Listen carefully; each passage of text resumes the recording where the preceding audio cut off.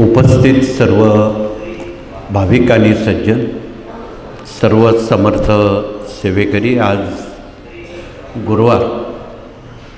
गुरुवार आणि रविवार स्वामींचा हा जनता दरबार आहे आणि या स्वामींच्या दरबारात जिल्ह्याच्या, राज्याच्या, देशाच्या सीमारेषा ओलांडून असंख्य मुमुक्षित आणि भाविक स्वामी चरणावर नतमस्तक होऊन आशीर्वाद घेण्यासाठी येत असतात. त्यापैकी आपण आहात. तथापि आत्ताच आपणासमोर आरती झाली. आरतीपूर्वी आपण सकाळी भोपाळीनंतर सामुदायिकरित्या स्वामी चरित्र वाचन पठन आपण केलेलं आहे. स्वामी चरित्रातून होणाऱ्या सेवेकऱ्यांनी आणि झालेल्या सेवेकऱ्यांनी त्याचा बोध घ्यायचा आहे. त्यामध्ये जी ग्रंथकर्त्यानं नमूद केलेली पात्र आहेत त्यांचा जीवनादर्श पुढील पिढ्यांपर्यंत आपणाला पोचवण्याचं काम आपण करायचं आहे. त्यामध्ये बाळप्पा असतील, हरिभाऊ असतील, दादाभाऊ असतील, सुंदराबाई असतील, राचप्पा असतील, बसप्पा असतील, अशी कितीतरी पात्र आणि त्यांचा जीवनादर्श वाचकांसमोर आपण पोचवावा म्हणून आपण स्वामीचरित्र वाचताना खरं तर बाळप्पांनासुद्धा स्वतःची कुलस्वामिनी माहीत नव्हती. स्वामींना एवढी तकलीफ घ्यावी लागली. स्वतः तुळजापूरच्या देवीच्या आविष्कारात ते बाळप्पासमोर प्रगटले. यावरून आपण सर्वजण सेवेकरी आहात. स्वामींकडे येण्यापूर्वी आपली देवी कुठली आहे, खंडोबा कुठला आहे, आपण जरी असला तर त्याची सेवा आपण नित्यानं आणि प्रतिवार्षिक आपण करतो का, हे आत्मचिंतन परीक्षण सेवेकऱ्यांना करण्याची वेळ आलेली. बऱ्याच जणांना स्वामींच्या कृपेचा आलेला आशीर्वाद नंतर ते कुलदेवतेलाही विसरून जातात, कुलदैवतालाही विसरून जातात, स्वतःच्या कर्तृत्वालाही विसरून जातात. असं होता कामा नये. म्हणून सेवेकरी हा परिपूर्ण होताना त्यानं प्रतिवर्षी देवी खंडोबाला गेलंच पाहिजे. देवी खंडोबाचा सन्मान केलाच पाहिजे. खंडोबाचा सन्मान करताना एक धोतर, एक उपरणं, 1.25 पाव हळद, पूर्णावरणाचा नैवेद्य, वांग्याचं, कांद्याचं भरीत, ही वर्षानुवर्ष प्रतिवर्षी आपण एकदा तरी या पद्धतीनं खंडोबाचा सोपस्कार, सन्मान आणि आशीर्वाद जर आपण घेतला तर तुमच्या कुटुंबामध्ये आज ज्या तुम्ही काही समस्या आणलेल्या आहेत, नोकरीची समस्या आहे, शिक्षणाची समस्या आहे, मुलींच्या विवाहाचे प्रश्न आहेत, घरकुलाचे प्रश्न आहेत, आजारपणाचे प्रश्न आहेत, असंख्य प्रश्न आहेत. हे प्रश्न हलके होते. तीच अवस्था कुलस्वामिनीची आहे. आपण आपल्यालाच विचारावं, आपली देवी कोणती आहे. आपण क्षात्रधर्म वाचला का? इथे आलेल्या बऱ्याच प्रतिनिधींजवळ क्षात्रधर्म नावाचा ग्रंथ आहे. त्यांनी तो दाखवावा. ज्यांच्याजवळ असेल त्यांनी हात वरती करावा. आणि त्यामध्ये मागील राखाण्यामध्ये परिशिष्टामध्ये महाराष्ट्र रहिवाशांची 7,000 उपकुळं आहेत, 96 मुख्य कुळं आहेत. त्या राखाण्यांमध्ये त्या कुळाची देवी कोणती आहे, खंडोबा कोणता आहे आणि छत्रपती शिवरायांनी याची एक प्रत्येक कुटुंबाला अनुकूलता आणि आशीर्वाद मिळण्यासाठी ही एक समयसूचकता त्यात दिलेली आहे. म्हणून तमाम महाराष्ट्रात 13 कोटी लोक आहेत, कुटुंब आहेत. या सर्वांनी जर या ग्रंथाचं वाचन केलं तर मला वाटतं फार काही सांगण्याची गरज पडेल अशातला भाग नाही. म्हणून आपण प्रतिवर्षी देवी आणि खंडोबा यांना गेलंच पाहिजे, त्यांचा सन्मान केलाच पाहिजे. ही पहिली मांग स्वामींची आपणाकडं आहे. आणि स्वामीसुद्धा सांगतात, तू तुझ्या कुलदेवतेला आणि खंडोबाला गेला असेल तरच माझ्याकडून आशीर्वाद मिळेल. अशी पण अट आपण मनोमनी कृपया जाणून घ्यावी, तरच आपली कामं होत असताना गेली 40-50 वर्षात या कार्यातून सेवेकरी घडवताना त्यानं आपल्या वास्तूकडेही बघावं. स्वामींचा आशीर्वाद दिला म्हणजे वास्तू कशी असली तरी चालते असं चालणार नाही. नंदुरबार जिल्ह्यात आज बरेच सेवेकरी आले, 40 वर्षापासून सेवेकरी आहेत, अनेक महाराष्ट्रातल्या अनेक जिल्ह्यात आहेत. अजूनही तो नैऋत्येला दरवाजा आहे, ईशान्येला टॉयलेट आहे, ईशान्येला जिना आहे. कसं काय स्वामी काम करते? नैऋत्य दिशा ही यमधर्माची आहे, ईशान्य दिशा ही ईश्वराची आहे. आणि चुकीच्या गोष्टी जर घरात असतील, तुम्ही किती गुरुचरित्र केले, तुम्ही किती पारायणं केली, मला नाही वाटत त्याचा काही उपयोग होईल म्हणून. ती स्वामींच्या खात्यावर सेवा होत नाही. म्हणून आपणाला कळकळीचं निवेदन आहे की सर्वप्रथम आपण आपली वास्तू शाबूत आहे का, केलेली सेवा आपल्या खात्यावर जमा होते का. बँकेत आपण नुसते पैसे भरतो पण ते आपल्या खात्यावर जमा नाही ना. म्हणून इथे आज वास्तुतज्ञ प्रतिनिधी आलेले आहेत.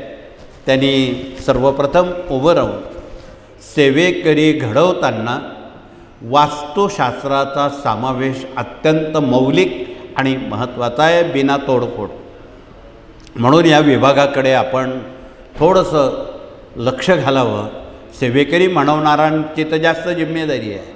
त्यांना हे शास्त्र अवगत पाहिजे, विदित पाहिजे, सांगता आलं पाहिजे. म्हणून त्यांनी सर्वप्रथम ज्ञानदान 1 ते 4 ग्रंथाचा जर पानं चालले, मला नाही वाटत कुठे जायची त्याला वेळ येईल म्हणून. म्हणून हे साधे सोपे अत्यंत महत्त्वाचे चुटके आपणाला ज्ञानदान 1 ते 4 ग्रंथातून आपली वास्तू अबाधित राहावी, वास्तूत राहणाऱ्या लोकांना सौख्य, समाधान, निरोगी जीवन आणि कर्तृत्व मिळावं म्हणून हे विभाग या ठिकाणी जनमानसापर्यंत पोचवण्याचं हे प्रयोजन आहे. म्हणून सर्व जिल्ह्यात असणाऱ्या सर्व केंद्र प्रतिनिधी असतील, तालुक्याचं काम करणारे, जिल्ह्याचं काम करणारे, ग्राम अभियानाचं काम करणारे कोणी का अशानं प्रतिनिधी, त्यांनी दरवर्षी देवीला गेलंच पाहिजे, खंडोबा देवीचा सन्मान केलाच पाहिजे. आणि आपली वास्तू शास्त्राप्रमाणे आहे का हे सुद्धा आपल्याला समजलं पाहिजे. म्हणून इथे प्रति गुरुवार रविवारी दिवसभर हे प्रतिनिधी इंजिनियर लोक आहेत. स्वतःचा वेळ आपल्यासाठी खर्ची घालून आपल्यासाठी सुखशांती आपल्या वास्तूत मिळावी म्हणून ते आपला बहुमोल वेळ आपल्यासाठी अदा करत आहेत विनामूल्य मार्गदर्शनाचं. हे कृपया सर्व केंद्र प्रतिनिधी राज्यातले असतील, देशातले असतील, जिल्हा प्रतिनिधी सर्व असतील, त्यांनी आत्मचिंतन करावं की आपली वास्तू बरोबर आहे का. त्यांचीच स्वतःची जर सेवा जर होत नसेल ते लोकांना काय सांगणार आहे. म्हणून आपणच स्वतः आपल्या वास्तूकडे लक्ष द्यावं, कुठल्या दिशेला काय नसावं, काय असावं. अधिक माहिती ज्ञानदान 1 ते 4 मध्ये देताना इथे बसलेल्या आज बऱ्याच भगिनींना किचन ओट्याला काळा दगड लावलेला आहे बघा. ज्यांच्या किचनला काळा दगड आहे त्यांनी कृपया हातवरती करावा. धन्यवाद. बरेच हातवरती आहेत. आता घरी गेल्यावर तो तोडफोड करू नका. तो कमी खर्चाचा दगड नाही, त्याला दुप्पट पैसे लागतात किमतीचे दुरुस्त करायला. ऐवजी आपण त्याला पिवळा किंवा पांढऱ्या रंगाचा चांगला ऑइल पेंट दिला तर तुम्हाला तो दगड तोडण्याची जरूर पडणार नाही. म्हणून वेळोवेळी त्याकडे लक्ष ठेवावं. आणि काळा दगड असल्यामुळं काय होतं आहे, त्याची लक्षणं अशी आहेत की त्या घरात स्वयंपाकात काम करणारी जी व्यक्ती आहे तिला सतत मान, पाठ, मणक्याचे सतत आजार होतात, सतत घरात आजारपण चालू होतं, सतत डोक्यावर कर्ज वाढत जातं आणि ते कुटुंब कर्जबाजारी होतं. हे तुम्हाला मान्य असेल तर घरी गेल्याबरोबर यात कृपया ही सोपी दुरुस्ती आपण समजून इतरांना सांगावी, हे कळकळीचं आवाहन. म्हणून हे केंद्रप्रमुख प्रतिनिधींना माहीत पाहिजे.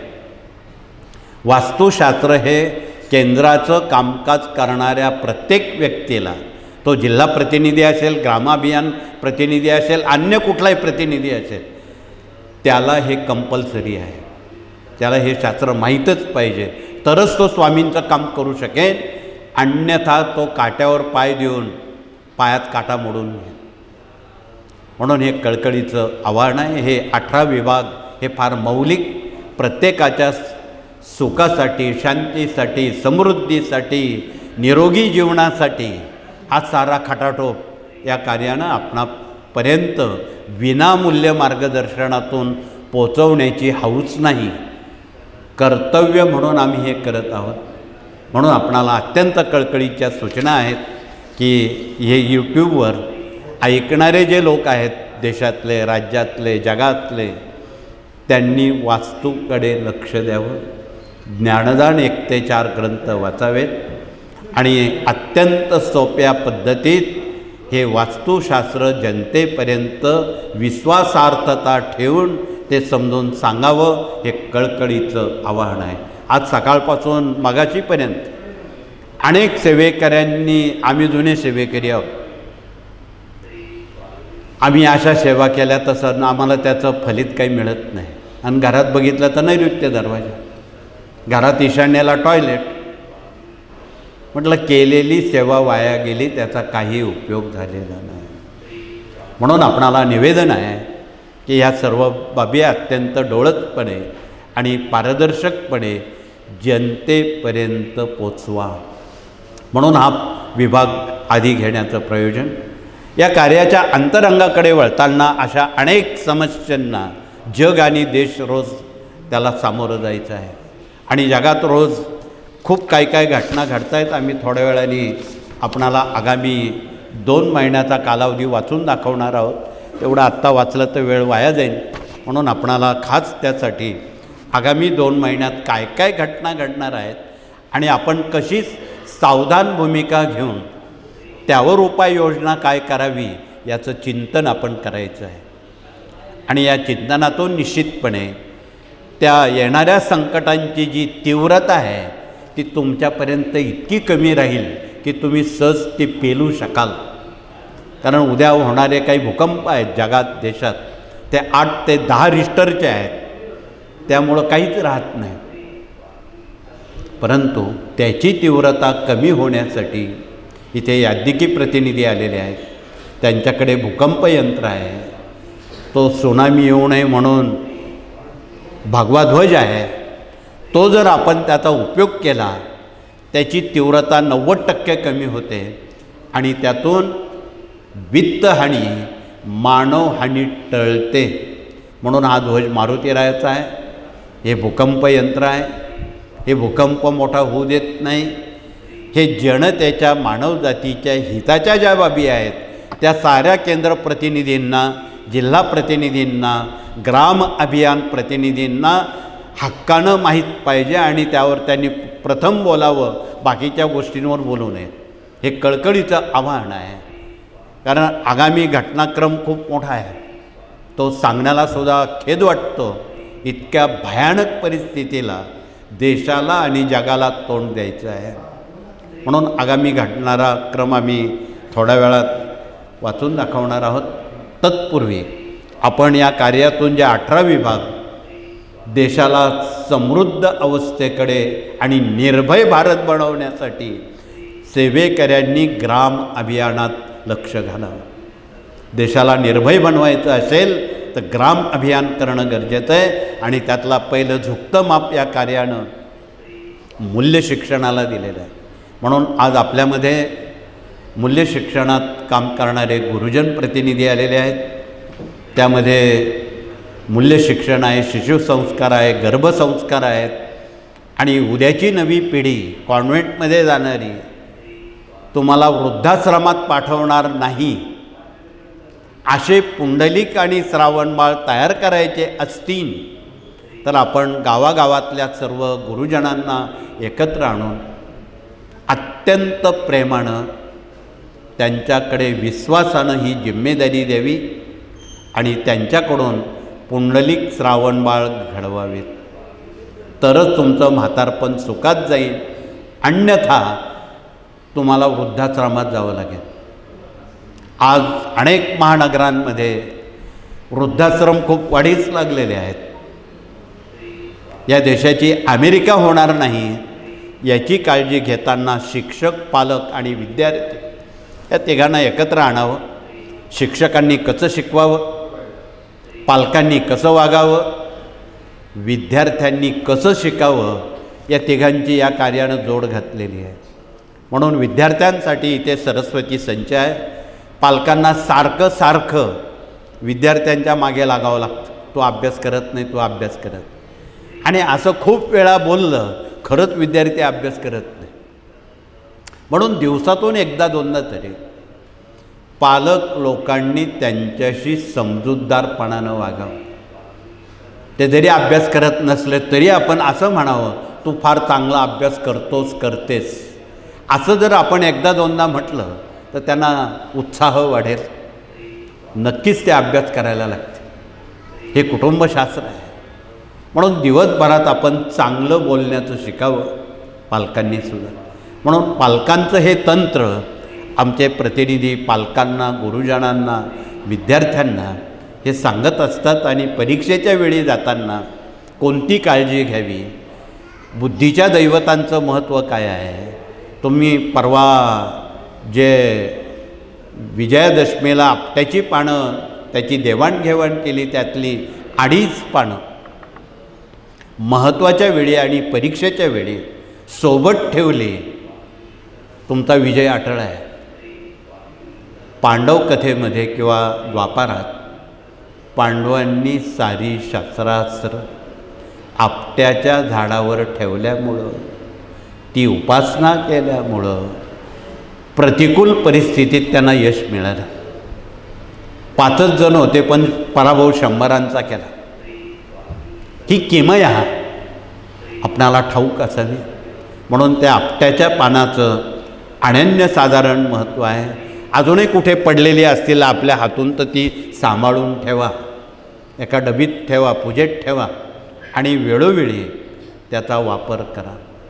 म्हणून अशा साध्या सोप्या बाबी आहेत आणि त्या आपण जनतेपर्यंत कोण पोचवेल हे आपल्यालाच पोचवावं लागणार आहे.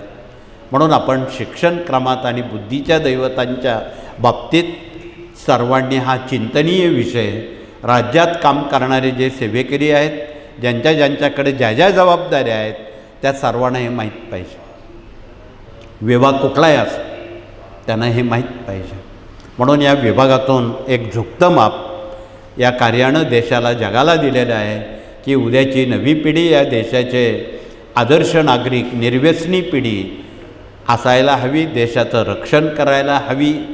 असं मार्गदर्शन या विभागातून करण्याची व्यवस्था आपण गावनिहाय, घरनिहाय करावी, हे कळकळीचं आवाहन. आणि हे सारे प्रतिनिधी विनामूल्य काम करतात देशासाठी आणि धर्मासाठी. संस्कार केले तर संस्कृती टिकेल, संस्कृती टिकली तर धर्म टिकेल आणि धर्म टिकला तरच देश टिकेल. म्हणून देशाला जर टिकवायचं असेल, घडवायचं असेल तर ह्या महत्त्वाच्या बाबी आहेत. आणि ह्या प्रत्येक घराघरांमध्ये आमचा भगिनींचा सिंहाचा वाटा आहे. त्यांनी जर मनात आणलं तर हे सारं काही होऊ शकतं. म्हणून आमचं कळकळीचं आपणा सर्वांना या विभागाच्या वतीनं एक आव्हान आहे. प्रतिकूल परिस्थितीला अनुकूलता आणण्याचं काम फक्त संस्कार करू शकतात. म्हणून त्यासाठी आपण गत 15 वर्षापूर्वी देशावर येणाऱ्या संकटांचा मालिका सुरूच आहे. त्यामध्ये 100 कोटी पाठ सप्तशती स्वामीचरित्र आणि रुद्राचा आपण संकल्प केलेला होता. आज तगायत उणीपुरी 91 कोटी पाठ सप्तशती स्वामीचरित्र आणि रुद्राची देशात झालेली आहे. उर्वरित ग्रहपाठ बाकी आहे. तो आपण या निमित्तानं या सेवेतून करण्याला एक नामी संधी, म्हणजे दिवाळीचा सण, आपण दिवाळीच्या पूर्वसंध्येला सामोरं जात आहोत. आणि देशात आणि राज्यात कालच्या महिन्यात अनेक दुर्दैवी घटना घडलेल्या आहेत.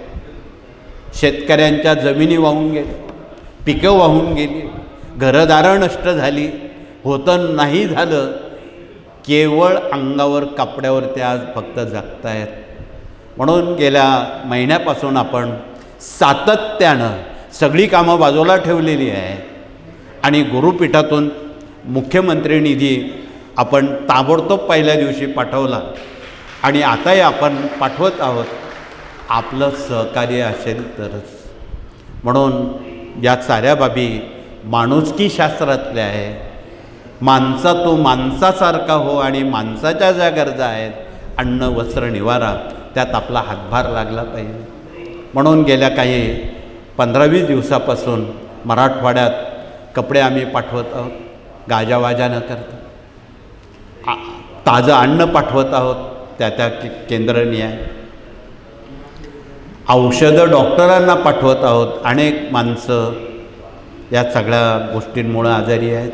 वयस्कर माणसं अगदी ते निर्धारित आपणाला ते निरासरित झालेले आहेत, त्यांना कोणी वाली नाही. अशांपर्यंत दवा, डॉक्टर, औषधं हे पोचवण्याचं काम करत आहोत. ही माणुसकीची संस्कृती आहे आणि यासाठी हे सारे 18 विभाग आपली सारी कामं बंद करून पहिलं पुनर्वसन करण्याकामी पूरग्रस्त लोकांना मदत करणं हा मानवी धर्म आहे. म्हणून आपण त्या कामी सहानुभूतीपूर्वक एकजुटीनं आपण हे काम करावं असं आवाहन 18 विभागांनी कृपया करावं. हे कळकळीचं आवाहन आहे. तर पुढचा विभाग प्रश्न उत्तर आणि मार्गदर्शक प्रतिनिधी आहे. त्यांनी दिवसभरासाठी आलेल्या दुःखित पीडितांचे अश्रू पुसून त्यांना समाधान वाटेल अशी बोलीभाषा वापरून त्यांना उपक्रम द्यावेत की बाबा रोज 3 अध्याय स्वामी चरित्र, 11 माळा स्वामींचा जप कर किंवा लिही. ज्यांना लिहिणं शक्य आहे त्यांच्यासारखं पुण्य त्यांनाच मिळेल. म्हणून गेल्या 4 महिन्यापासून ही येणारी जगावरची जी आपत्ती आहे ती स्वामी सेवेनं निवारण होणार आहे. म्हणून आपण दरमहा 1 लाख जप जर लिहिला, तो पूर्ण जप झाल्यावर आपण तो गाणगापूरला पाठवणार आहोत, वाडीला पाठवणार आहोत, दत्तपीठांवर पाठवणार आहोत, गिरनारला पाठवणार आहोत. गिरनारला आपण रथयात्रा चालू केलेली आहे. जेवढी दत्तपीठं आहेत त्या त्या ठिकाणी केलेला जप आपण त्याचा विनियोग तिथे करणार आहोत. ही दक्षिणेतली पद्धत आहे की जप हा लिहून देवाजवळ ठेवायचा असतो किंवा देवाच्या मूर्तीखाली ठेवायचा असतो. म्हणजे त्या कुटुंबियांचा योगक्षेम स्वामी अशा पद्धतीत चालवतात, अशी पद्धत आहे. म्हणून आपणाला ह्या साऱ्या सोप्या बाबी या कार्यातून प्रत्येकापर्यंत पोचवण्याचं काम असणाऱ्या सेवेकऱ्यांनी कृपया जाणीवपूर्वक पोचवावं. म्हणून हे केंद्र प्रतिनिधींचं काम आहे. त्यांनी आईची भूमिका घ्यावी. बरेच लोक त्यात खूप अनभिज्ञ आहेत, त्यांना काही माहीतच नाही. त्यांनी ही कृपया माहिती घ्यावी. आपण केंद्र प्रतिनिधी झालो तर हे आपल्याला सांगता आलं पाहिजे. म्हणून हे कळकळीच्या आव्हानाचे हे 18 विभाग आपणासमोर कार्यरत आहेत. म्हणून या प्रश्न उत्तर विभागातून आपणाला अथत इथे निर्माण होणाऱ्या बाबींवर मात कशी करायची हे जप लिहिण्यामुळं तथा आपलं जे ग्रहपाठ अपूर्ण आहेत, सप्तशती अपूर्ण आहे, स्वामी चरित्र अपूर्ण आहे, या जपामध्ये या सेवेमध्ये कृपया आपण आपला सहभाग असू द्यावा. म्हणजे आपल्या साऱ्या समस्या तर सुटतीनच, इतरांच्या सोडवण्याला आणि देशाच्या समस्या सोडवण्याला ही सेवा पुरेशी आहे. म्हणून आपणाला हे कळकळीचं निवेदन आहे. हे पारमार्थिक काम आहे, पारदर्शिक काम आहे. हे जनतेपर्यंत कृपया आपण सहानुभूतीपूर्वक पोचवावं हे कळकळीचं आवाहन. तर पुढचा विभाग इथे विवाह मंडळ आलेला आहे. आजच्या मितीला सर्वात अवघड प्रश्न मुलामुलींच्या विवाहाचा आहे.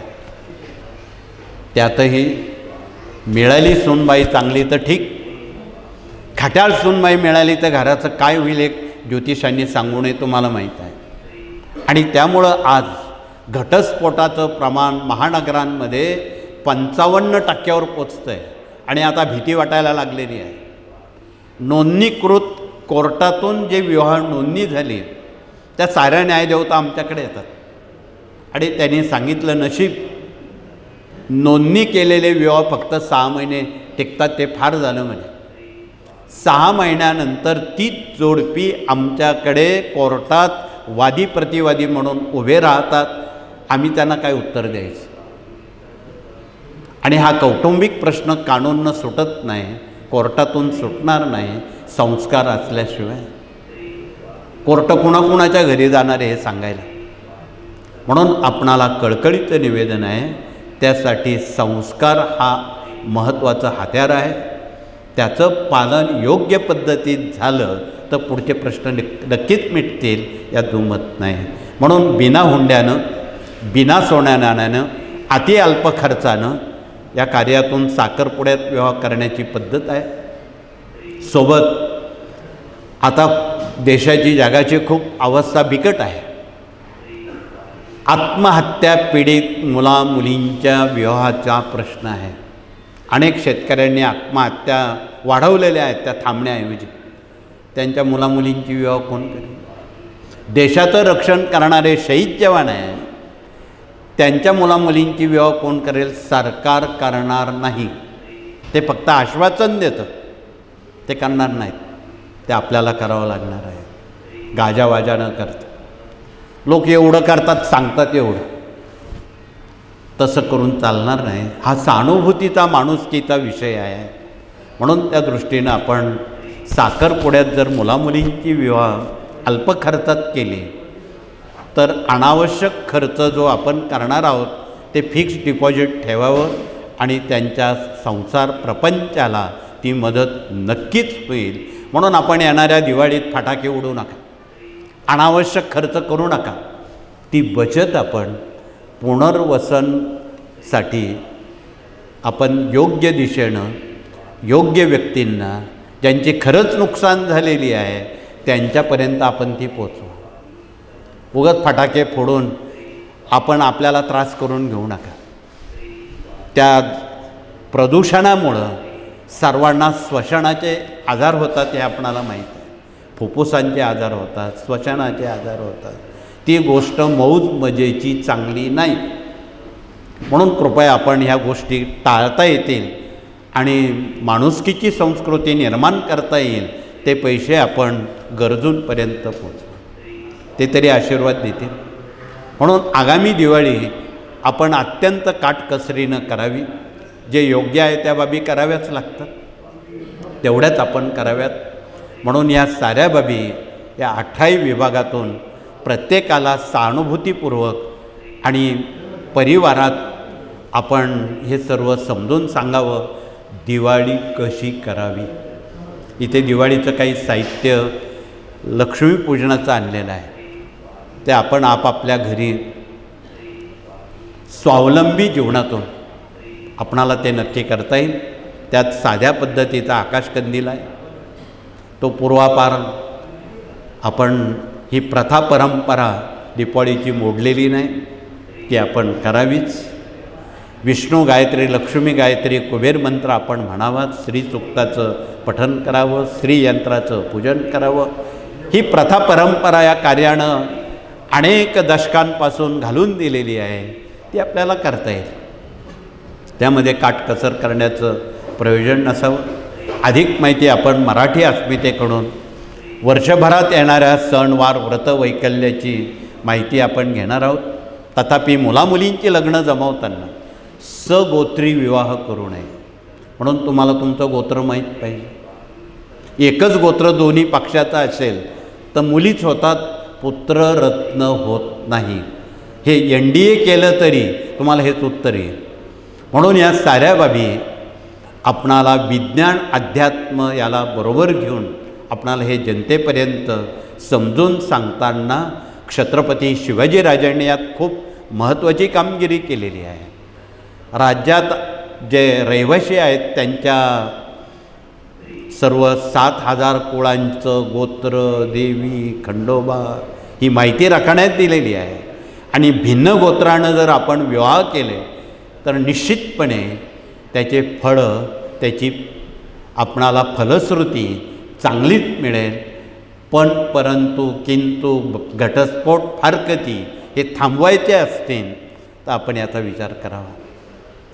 यावर खूप बोलता येईल. पुढचा विभाग कृषी प्रतिनिधी आलेले आहेत आणि कृषीसोबत त्यांनी अनेक शेतकऱ्यांच्या मुलांना पायावर उभं राहण्याचं धोरण स्वीकारलेलं आहे. वेळोवेळी होणारे जे महोत्सव आहेत त्यात शेतकऱ्यांच्या मुलांना बोलवलं जातं. त्याचं शिक्षण किती आहे, कसं आहे, तो त्याच्या पायावर उभा राहायला पाहिजे.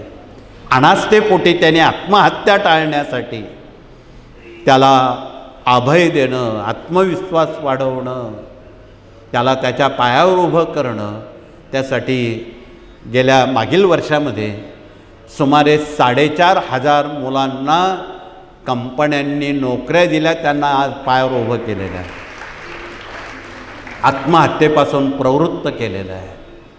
म्हणून या साऱ्या बाबी अनेक कुटुंबात आहेत. जगामध्ये एवढ्या समस्या आणि एवढं अज्ञान आहे, आभाळ फाटलेलं आहे, ते शिवणार किती, एवढ्या समस्या आहेत. म्हणून आपणाला निवेदन आहे की आपण आभाळ शिवण्याचा प्रयत्न करा, आपल्या वाट्याला येईल. एवढ्या समस्या मानवी जातीच्या आहेत. जगात दुसरा आपल्या मार्गाखेरीज कोणी समस्या सोडत नाही विनामूल्य. म्हणून आपणाला राज्यात जी सेवा केंद्र आहेत त्या ठिकाणी आपण सहानुभूतीपूर्वक जावं, तिथल्या लोकांना सहकार्य करावं. दैनिक होणाऱ्या उपक्रमांमध्ये आरत्या असतील, जप असतील, जाणीवपूर्वक आपण हजेरी लावावी, इतरांना सहभागी करून घ्यावं, हे कळकळीचं निवेदन आहे. म्हणून या बहुविध विभागातून आपणाला जनतेचं कल्याण, राष्ट्रकल्याण आणि ही भारतीय संस्कृती समृद्ध आणि मजबूत करण्याचं काम आपणाला या विभागातून करण्याला एक नामी संधी मिळालेली आहे. पुढचा विभाग या ठिकाणी डॉक्टर लोक आलेले आहेत. इथे प्रति गुरुवार रविवारी कमीत कमी 100 तरी रुग्ण कॅन्सरचे येतात बघा, कमीत कमी. त्यावर साधा सोपा उपाय आहे. हा सप्तरंगी काढा आहे, सप्तरंगी मूळ आहे. यामुळं असाध्य आजार बरा होण्याचं सामर्थ्य या दव्यात आहे.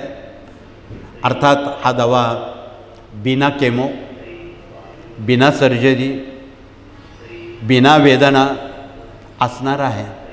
अर्थात औषध थोडी कडू तुरट आहेत, ते आपल्याला डोळे झाकून घ्यावी लागतील आणि हा संबंधित अनाठायी खर्च आपणाला टाळता येईल असं यातून आपणाला निदर्शनास आणून द्यायचं आहे. ज्यांना घशाचा कॅन्सर किंवा ब्लड कॅन्सर आहे त्यांच्यासाठी हा रानभेंडी संजीवनी आहे. ज्यांच्या पोटात कॅन्सरच्या गाठी आहेत, शरीरात कुठेही आहे किंवा मेंदूत आहे, त्यांनी वेखंड देशी गाईच्या गोमूत्रात घासून गरम करून प्राशन केलं, 3 आठवड्यात पोटातल्या शरीरातल्या गाठी नष्ट करण्याचं सामर्थ्य या वेखंडात आहे. इतकं सोपं आहे. औषधं थोडी तुरट कडू आहे एवढंच. पण मग तुम्हाला कोणतं परवडेल ते बघा. कापाकापी करणं परवडेल की कडू औषधं घेणं परवडेल ते आपण ठरवा. सक्ती नाही. आणि कॅन्सर रुग्णांसाठी काही पथ्य दिलेले आहेत. आहारामध्ये वांगी, उडीद, मका, हिरवी मिरची हे जर टाळता आले तर कॅन्सर 100% बरा होतं. म्हणून आहारात चुकूनही उडीद, बाजरी, मका, हिरवी मिरची आपण अवश्य टाळावी.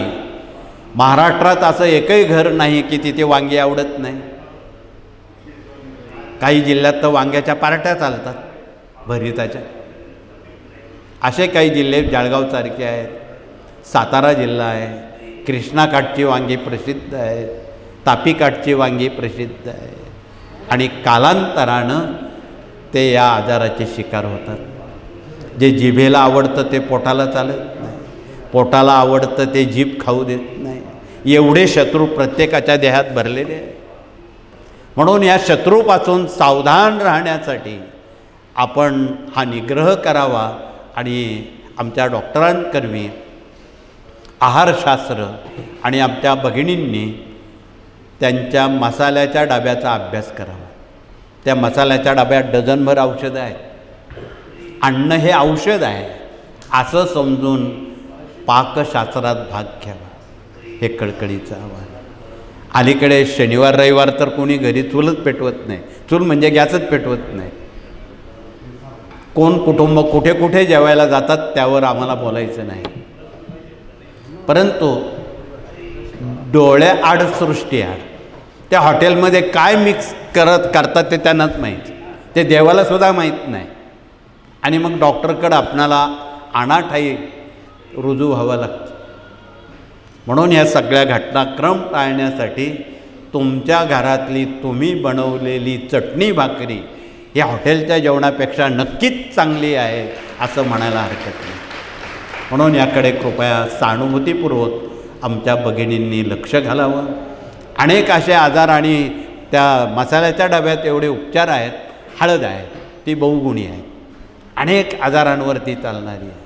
जिरं आहे, ज्यांच्या प्लेटलेट कमी झालेल्या आहेत, ज्यांचा रक्त अभिसरण बरोबर होत नाही, ज्यांचं हिमोग्लोबिन कमी झालेलं आहे, ज्यांचे हृदयाचे आजार किंवा वालचे विकार आहेत, रोज 1 ग्रॅम जिरं विड्याच्या पानात चावून खाल्लं 7 दिवसामध्ये हिमोग्लोबिन प्लेटलेट पूर्वपदावर येतात.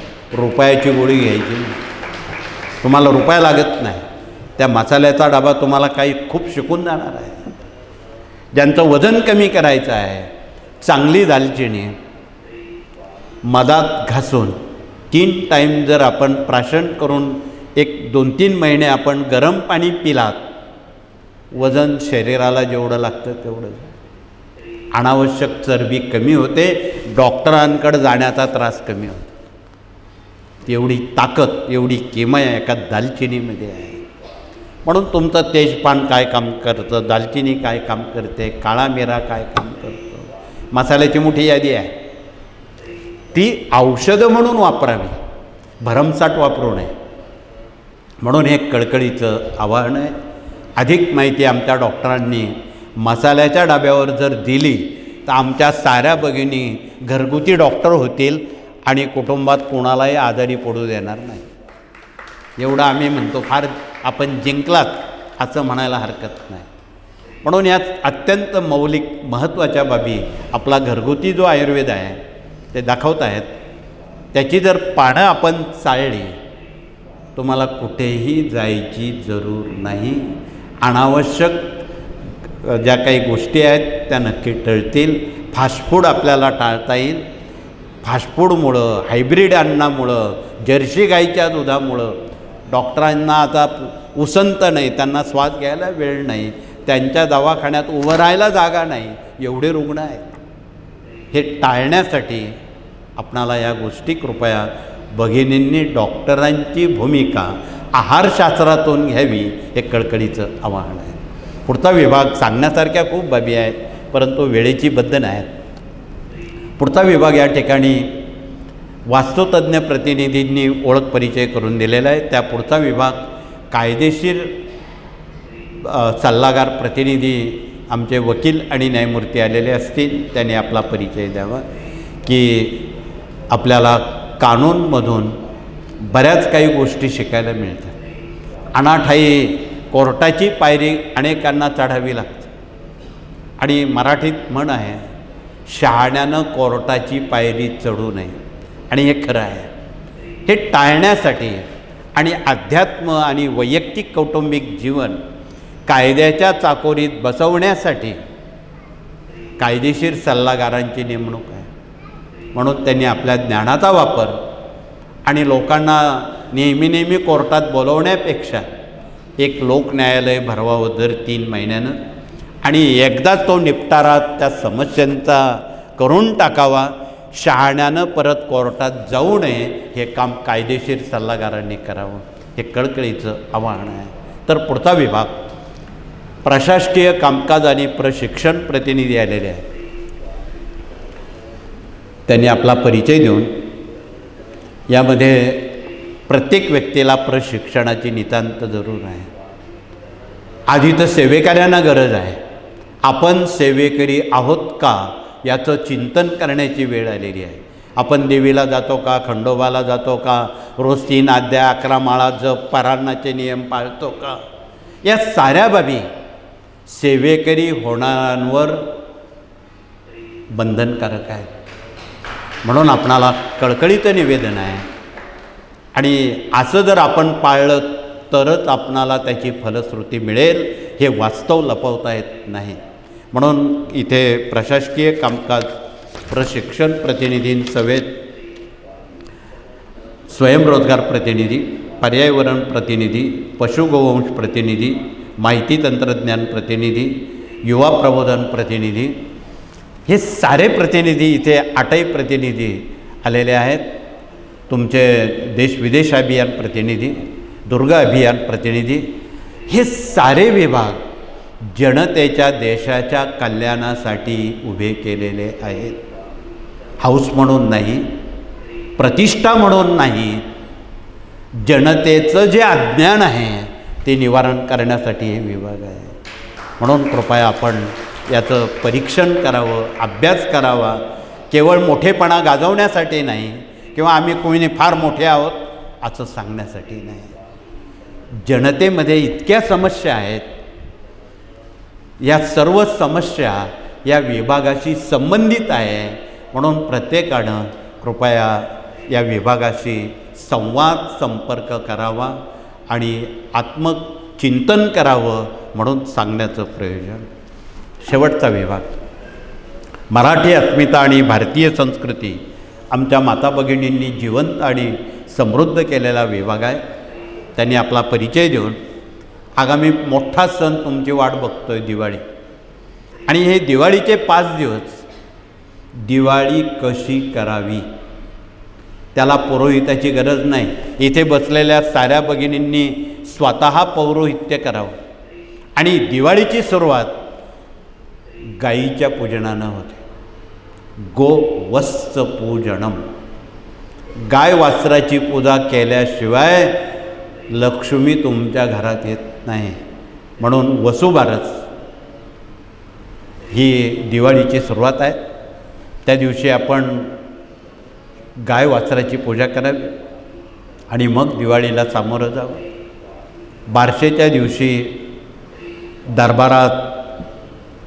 दरबारचा उत्सव श्रीपाद श्री वल्लभ स्वामींचा उत्सव असतो, त्यात आपण हजेरी लावावी. दुसऱ्या दिवशी धनत्रयोदशी आहे. बऱ्याच लोकांचा गैरसमज आहे, धनाची पूजा करायची म्हणजे धन वाढेल. अहो पण धन कोणतं? तुमची शरीर प्रकृती निकोप राहणं, काटक राहणं, याला खरं धन संपत्ती नाही. आणि देवाकडं मागून मागून काय माग? देवाकडं आरोग्यच मागावं. देवाला माहीत आहे तुम्हाला काय लागतं ते.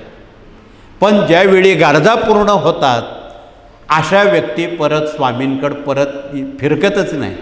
जसं डॉक्टरकडं बरं झाल्यानंतर सहसा लोक डॉक्टरांना भेटायला जात नाही, तशी अवस्था अध्यात्मातली पण आहे. म्हणून मराठीत म्हण आहे, गरज सरो आणि वैद्य टिंबटिंब हो, असं होता कामा नये. म्हणून या सर्व बाबी दिवाळी करताना आपण सहानुभूतीपूर्वक हे लक्ष ठेवून द्वादशी कशी करावी, त्रयोदशी धन्वंतरीचं पूजन कसं करावं.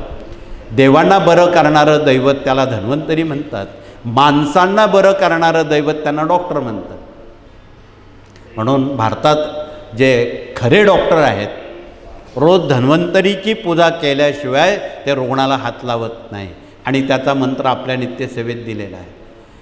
सेवेकऱ्यांनी किंवा भाविकांनी जर रोज धन्वंतरी मंत्र म्हटला, तुम्हाला डॉक्टरकडे जाण्याची वेळ येणार नाही. 5 मिनटं फार झाली, आम्ही काही तुमचा जास्त वेळ घेणार नाही. पण तुमच्या आरोग्याची काळजी तुम्ही घ्या. हा सहानुभूतीचा सल्ला या विभागातून मराठी अस्मितेतून दिला जातो. तिसऱ्या दिवशी त्रयोदशी, धनत्रयोदशी झाल्यावर चतुर्दशी येते. आणि चतुर्दशीच्या दिवशी त्याला नरक चतुर्दशी म्हणतात. भगवान श्रीकृष्णांनी नरकासुराला ठार मारून त्या दिवशी त्याच्या बंदिवासात असणाऱ्या 10,000 महिलांची, भगिनींची सुटका एकट्या कृष्णानं केली. म्हणून त्यांचे अनंत उपकार या संस्कृतीवर, या देशावर आहे. म्हणून घरात भगवान श्रीकृष्णांचा फोटो असेल, दुर्लक्षित असेल, तो त्या दिवशी स्वच्छ तरी करा. त्याला हार फुलाची माळ घाला. गीतेचा 15वा अध्याय वाचा. नसेल तो वाचता येत तर आपल्या नित्यसेवेत गीतेची 18 नावं आहेत. मोजून 1 मिनिटात होतात. ते 18 नावं तरी म्हणा. म्हणजे भगवान श्रीकृष्णांचा आशीर्वाद तुमच्या परिवाराला, कुटुंबियांना मिळेल. गीतेची नावं ज्यांना 18 माहीत आहे, कृपया त्यांनी हात वरती करावेत. धन्यवाद. तुम्ही इतर ज्यांचे हात वरती नाही त्यांना सांगा. गीता गंगा गायत्री, सीता सत्या सरस्वती, ब्रह्मविद्या ब्रह्मवल्ली त्रिसंध्यामुक्त गेहिणी, अर्धमात्रा चिदानंदा भवग्नी भयनाशिनी, वेदत्रयी परा अनंता तत्वात ज्ञानमंजिरी. ही गीतेची 18 नावं आहेत. आणि जो कोणी सकाळी उठल्या उठल्या गीतेची 18 नावं प्रातस्मरणात म्हणेल त्याला संपूर्ण गीता वाचल्याचं पुण्य मिळणार आहे. म्हणून आपण म्हणायला 1 मिनिट फार झालं. 1 मिनिटात आपण 18 नावं म्हणू शकतो. पण याचा अर्थ असा नाही की गीता वाचू नका म्हणून. ज्यांना वेळ नाही त्यांनी हे करा. ज्यांना वेळ आहे त्यांनी गीतेचा 15वा अध्याय वाचा, विष्णू सहस्रनाम वाचावं, अवश्य वाचावं. म्हणून केवळ आळस म्हणून नको, परंतु ज्यांना अजिबात वेळ नाही त्यांना सबब ठेवायचं काही कारण नाही म्हणून सांगण्याचं प्रयत्न. चतुर्दशीनंतर दीपावली येते. भगिनींचा आनंद द्विगुणित राहण्यासाठी आपल्या श्रीयंत्राचं, कुबेर यंत्राचं, रुद्रयंत्राचं पूजन करून दीपावलीचं एक किट आलेलं आहे. दीपावली कशी करावी, त्यामध्ये विष्णू गायत्री, लक्ष्मी गायत्री, कुबेर मंत्र, व्यंकटेश स्तोत्र, लाह्या, बत्ताशे याच्या पूजनामुळं, वही पूजनामुळं याचे अनन्य फायदे हे जनसामान्यांना माहीत नाही. ते कोण सांगेल. म्हणून आपणाला या दिवाळीची अत्यंत महत्त्वपूर्ण अशी सचित्र माहिती आपणाला या किटमध्ये दिलेली आहे. ते आपण अवश्य त्याचं अभ्यासक व्हावं, उपासक व्हावं, प्रचारक प्रसारक व्हावं आणि इतरांनासुद्धा, सर्वांना, अगदी गरीब दुबळ्या लोकांना ही दिवाळी सुखाची, समृद्धीची, कर्तृत्वाची, आरोग्याची, यशाची जावो. की ज्या मराठवाड्यात जे काही निराधार झालेले लोक आहेत, बेघर झालेले लोक आहेत, त्यांच्यापर्यंत आपल्याला दिवाळी पोचवायची आहे. तुम्ही सुज्ञ आहात. फार तपशिलात आम्ही यावर बोलणं उचित नाही, परंतु आपण या पद्धतीत माणुसकीची संस्कृती पुनर्वसन होण्यासाठी त्या लोकांपर्यंत आपणाला दिवाळी पोचवायची आहे, त्यांना मदत करायची आहे, हे विसरता कामा नये. म्हणून मराठी अस्मितेमध्ये वर्षभरात येणारे सण वार, व्रतवैकल्य आणि आगामी येणारा दिवाळीच्या दुसऱ्या दिवशी पाडवा आहे. 4 मुहूर्तांपैकी हा एक महत्त्वाचा मुहूर्त आहे की ज्या दिवशी पंचांग उघडण्याची जरूर नाही. तुम्हाला जे महत्त्वाची कामं करायची आहे, खरेदी विक्री करायची आहे, ज्यांना काही वाहनं घ्यायची आहे, त्यांनी त्या दिवशी घ्यावी. पंचांग उघडण्याचं काम नाही. म्हणून वर्षात येणारे 4 मुहूर्त आहेत. त्यात दिवाळीचा पाडवा आहे, कालचा विजयादशमी गेला, त्यानंतर चैत्रशुद्ध पाडवा आहे, अक्षय तृतीया आहे. हे 4 मुहूर्त पंचांग उघडण्याची जरूर नाही. म्हणून आपण मराठी पंचांग किंवा मराठी 12 महिने हे कॉन्व्हेंटमध्ये शिकणाऱ्या विद्यार्थ्यांपर्यंत शिकवा. आणि वाढदिवस साजरे करताना तिथीवर करा, इंग्रजी तारखांवर करू नका. हा पण सल्ला, ही पण माहिती आपण भारतीयांपर्यंत कृपया द्यावी, हे कळकळीचं आवाहन. दुसऱ्या दिवशी भाऊबीज. हे बहीण भावाचं पवित्र नातं नवीन पिढ्यांपर्यंत आपणाला पोचवायचं आहे. आणि स्वाभाविक बहिणीचं सर्वार्थानं संरक्षण करण्याची जिम्मेदारी भावाची आहे. म्हणून भाऊबीज असेल आणि रक्षाबंधन असेल, हे आमच्या बहिणींचे पवित्र सण मानले जातात. आणि हे पुढील पिढ्यांनी त्याचं पावित्र्य राखण्याचं काम आणि जबाबदारी राखण्याचं काम यात आपण सर्वांनी करावं याची अधिक माहिती आपल्या मराठी अस्मितेतून कृपया सर्वांपर्यंत द्यावी हे कळकळीचं आवाहन आहे. असे वर्षात येणारे खूप सण आहेत, वार आहेत, व्रतं आहेत, त्याचं विज्ञानातून उत्तर देता येईल. आणि आपलं जे होमवर्क बाकी आहे ग्रहपाठ 100 पाठ प्रत्येक व्यक्तीनं दुर्गा सप्तशतीचं वर्षात पूर्ण करावेत, स्वामी चरित्र पूर्ण करावेत. आणि आता जप जो आहे स्वामींचा तो प्रत्येकानं प्रतिमाह 1 लाख किंवा अधिक जर आपण लिहिला आणि त्या वह्या आपण गुरुपीठात जमा करून त्या आपण चवडीनं गाणगापूर, पिठापूर, वाडी, गिरनार, आबू या ठिकाणी पाठवणार आहोत. म्हणून त्यातही आपण लिखाणात कृपया आळस काटकसर करू नका. रोज आपल्याला 11 माळा जप तर लिहिता आला पाहिजे कमीत कमी. ज्यांना जास्त लिहिता येईल ते अधिक भाग्यवान आहे. पण एवढं आहे, तुम्ही जर 12 लक्ष जप 12 महिन्याच्या आत केला तुम्हाला कुठल्याही समस्या संकट येणार नाहीत असं आम्ही लिहून देतो. हे तितकंच खरं, ही गॅरंटी आहे. आणि या गॅरंटीकडे आपण लक्ष द्यावं एवढंच मनापासून दिवाळीच्या आपणा सर्वांना मनापासून शुभेच्छा देऊन हात जोडून प्रार्थना करून सामुदायिकरित्या हे सत्र संपवू. आणि पुढे घडणाऱ्या घटना आमचा प्रतिनिधी आपणाला वाचून दाखवेल आणि त्यावर काय उपाय करायचे ते आता आपणाला सांगितलेले आहेत. कृपया सहानुभूतीपूर्वक आपण सर्वांना सांगा. सर्वात आधी सेवेकऱ्यांना सांगा. ते कारण सेवाच करत नाही, फक्त लेवल लावून घेतात आम्ही सेवेकरी आहोत. म्हणून त्यांना आपण सांगा, त्यांनी केलं तर इतर लोक करतील. म्हणून आपण अत्यंत सर्वांपर्यंत या बाबी पोचाव्यात यासाठी कठोर बोलावं लागतं आहे. नाईलाज आहे. आपण हात जोडून प्रार्थना करू आणि हे सत्र या ठिकाणी मौनानं आपण प्रथम प्रार्थनेनंतर भगिनी नंबर 1च्या गेटनं मौनानं औदुंबर यज्ञशाळेला परिक्रमा न घालता दरबारात येतील. तदनंतर नंबर 2च्या गेटनं पुरुष प्रतिनिधी त्याप्रमाणे वाटचाल करतील आणि नंतर आमचा प्रतिनिधी आपणाशी पुढील कार्यासंदर्भात पुढील वेळेसंदर्भात मार्गदर्शन करेल. तोपर्यंत आपणाला मनापासून शुभेच्छा धन्यवाद दिवाळीच्या देऊन आपण हात जोडून प्रार्थना करू आणि हे सत्र या ठिकाणी थांबू. श्री स्वामी समर्थ.